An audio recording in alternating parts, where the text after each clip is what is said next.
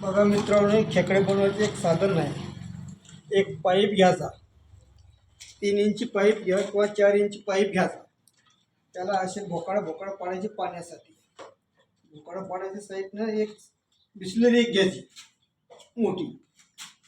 समजा ही बिस्लरी आहे, थम्सअपची घ्या, प्राईस घ्या. ही बिस्लरी घेऊन इथून याचं गुचन कापायचं. कापून याची 4 भाग करायचे. 4 भाग करून असे पाईपामध्ये टाकायचा. पाईपात टाकून असे याला तार बांधायची. तार बांधून इकून एक तोंड आहे, ते तोंड पॅक करायचं आहे, इकून बाहेर निघू नये म्हणून. ते पॅक करायचं म्हणजे आपण याला काही कप्पल बसू शकतो किंवा जाड बनवून काही झाकण बसू शकतो. त्याला आपण खेकडे धरायला साधन करायचं आहे. हे दोन्ही साईडने केलेलं आहे. हे बांधलेलं आहे, इकून पण खेकडे जाण्यासाठी केलेलं आहे बाटलीचं. आणि ह्याच्यामध्ये खाद्य टाकायचे कोंबडीचे. चिकन टाका, मांस टाका किंवा पाय टाका कोंबडीचे.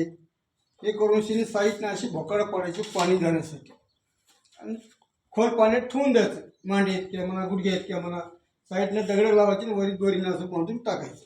रातभर जायचं, सकाळी जाऊन बघायचं, बाहेर काढायची, त्यामध्ये खेकडे निघतात.